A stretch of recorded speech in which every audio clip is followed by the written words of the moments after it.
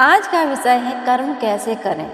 श्रीमद् भगवद गीता के 30वें अध्याय कर्म योग में भगवान श्री कृष्ण अर्जुन से कहते हैं, तस्माद् सक्तः सततं कार्य कर्म समाचरः आसक्तो ह्राचरण कर्म परमाप्नोति पुरुषः।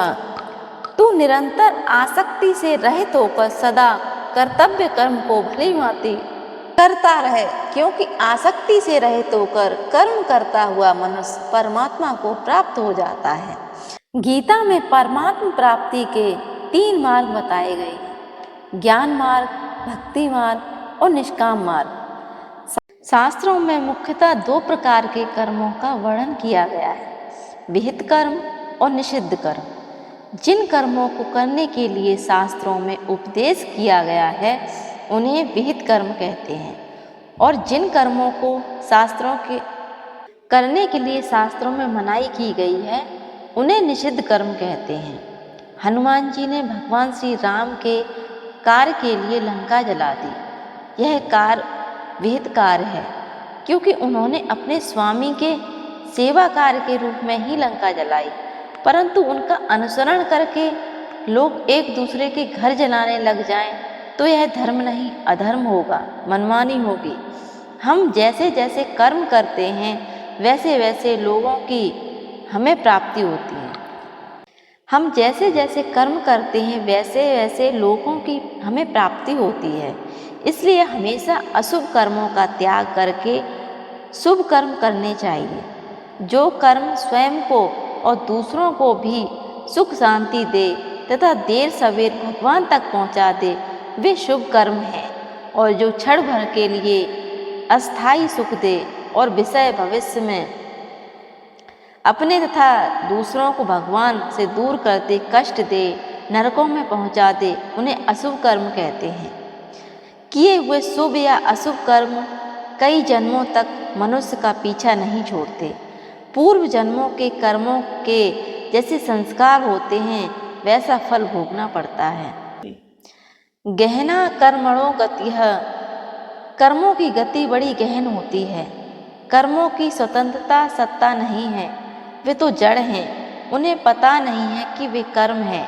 वे वृत्ति से प्रतीत होते हैं। जिस प्रकार के संस्कार होते हैं उसी प्रकार के कर्म प्रतीत होते हैं। यदि विहित शास्त्रोक्त संस्कार होते हैं तो पुण्य प्रतीत होते हैं, और निषिद्ध संस्कार होते हैं तो पाप प्रतीत होते हैं। अतः विहित कर्म करें। विहित कर्म भी नियंत्रित होने चाहिए। नियंत्रित विहित कर्म ही धर्म बन जाता है। सुबह जल्दी उठकर थोड़ी देर के लिए परमात्मा के ध्यान में शांत हो जाना चाहिए, और सूर्योदय से पहले स्नान करना, संध्या वंदन इत्यादि करना, ये कर्म स्वास्थ्य की दृष्टि से भी अच्छे हैं और सात्विक होने के कारण पुण्यमय भी हैं। परंतु किसी के मन में विपरीत संस्कार पड़े हैं तो वह सोचेगा कि इतनी सुबह उठकर स्नान करके क्या करूँगा। ऐसे लोग सूर्योदय के पश्चात उठते हैं। उठते ही सबसे पहले बिस्तर पर चाय की मांग करते हैं और बिना स्नान किए ही नाश्ता कर लेते हैं। शास्त्र अनुसार ये निषिद्ध कर्म है।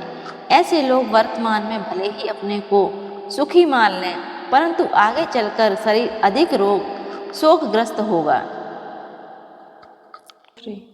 यदि सावधान नहीं रहे तो तमस के कारण नारकीय योनियों में जाना पड़ेगा। भगवान श्री कृष्ण ने गीता में कहा भी है कि मुझे इन तीनों लोकों में न तो कोई कर्तव्य है और न ही प्राप्त करने योग्य कोई वस्तु अप्राप्त है, फिर भी मैं कर्म में ही बरतता हूँ।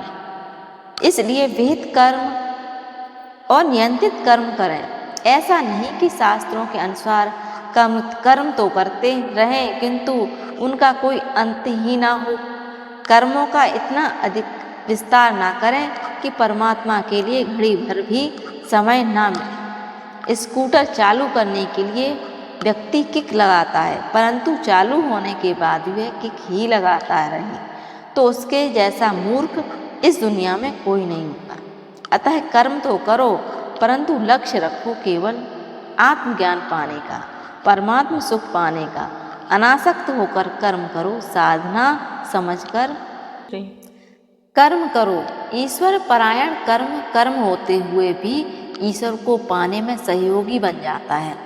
आज आप किसी कार्यालय में काम करते रहें और वेतन लेते हैं तो वह नौकरी है, किंतु किसी धार्मिक संस्था में आप वही काम करते हैं और वेतन नहीं लेते तो आपका वही कर्म धर्म बन जाता है। धर्म ते विरति योग ते ज्ञाना। धर्म से वैराग्य उत्पन्न होता है। वैराग्य से मनुष्य की विषय भोगों में फंस मरने की वृत्ति कम हो जाती है।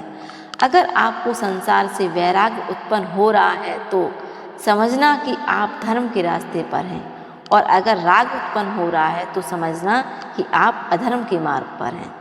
विहित कर्म से धर्म उत्पन्न होगा और धर्म से वैराग्य उत्पन्न होगा। पहले जो रागाकार वृत्ति आपको इधर उधर भटका रही थी वह शांत स्वरूप में आएगी तो योग हो जाएगा। योग में वृत्ति एकदम सूक्ष्म हो जाएगी तो बन जाएगी ऋतम्भरा प्रज्ञा। विहित संस्कार हो, वृत्ति सूक्ष्मतम हो और ब्रह्मवेता सद्गुरुओं के वचनों में श्रद्धा हो तो वह ब्रह्म का साक्षात्कार करने में देर नहीं लगेगी। संसारी विषय भोगों को प्राप्त करने के लिए कितने भी निषिद्ध कर्म करके भोग भोगे, किंतु भोगने के बाद खिन्नता बहिर्मुखता अथवा बीमारी के सिवाय क्या हाथ लगा। विहित कर्म करने से जो भगवत सुख मिलता वह अंतर आत्मा को असीम सुख देने वाला होता है। जो कर्म होने चाहिए वे ब्रह्मवेता महापुरुष की उपस्थिति मात्र से स्वयं ही होने लगते हैं, और जो नहीं होने चाहिए वे कर्म अपने आप छूट जाते हैं। परमात्मा की दी हुई कर्म करने की शक्ति का सदुपयोग करके परमात्मा को पाने वाले विवेकी पुरुष समस्त कर्म बंधनों से वे कर्म अपने आप छूट जाते हैं।